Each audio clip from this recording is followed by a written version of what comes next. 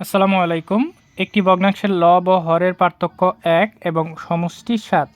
ভগ্নাংশটি কত? অপশন ক হচ্ছে 3/4, অপশন খ হচ্ছে 1/6, অপশন গ হচ্ছে 4/3 এবং অপশন গ হচ্ছে 2/6। তাহলে এখানে প্রশ্নে বলছে যে একটা ভগ্নাংশের লব এবং তার হরের পার্থক্য হচ্ছে 1 এবং সমষ্টি বা যোগফল হচ্ছে 7। তাহলে আমরা ধরে নিই যে ভগ্নাংশটির লব হচ্ছে x এবং হর হচ্ছে y।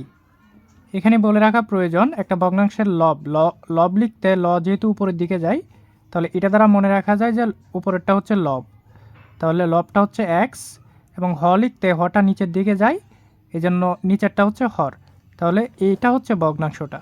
তাহলে এখানে বলে দিয়েছে যে ভগ্নাংশটার লব ও হরের পার্থক্য হচ্ছে 1, অর্থাৎ এখানে আমরা লিখতে পারি প্রথম প্রশ্ন মতে x minus y equal to 1, এবং দ্বিতীয় প্রশ্ন মতে এটা বলা আছে যে দুইটার সমষ্টি হচ্ছে 7।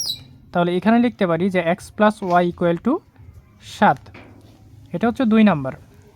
তাহলে এখানে যদি আমরা এখন সমীকরণ 1 এবং সমীকরণ 2কে যোগ করে দেই, তাহলে এখানে চলে আসে 1 প্লাস 2 করে,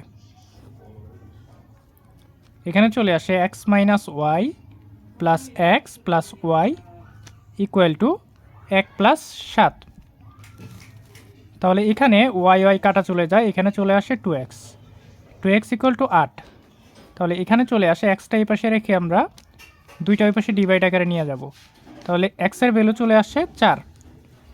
তাহলে এক্সের ভ্যালু যেহেতু 4 চলে আসছে, আমাদের প্রথম সমীকরণটা ছিল হচ্ছে x minus y equal to 1।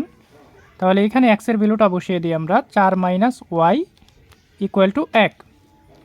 তাহলে এই পাশে মাইনাস ওয়াই ইকুয়াল টু 4টা ওই পাশে আমরা মাইনাস আকারে নিয়ে যাব, তাহলে এখানে চলে আসে যে মাইনাস ওয়াই ইকুয়াল টু 1 থেকে 4 মাইনাস করলে -3।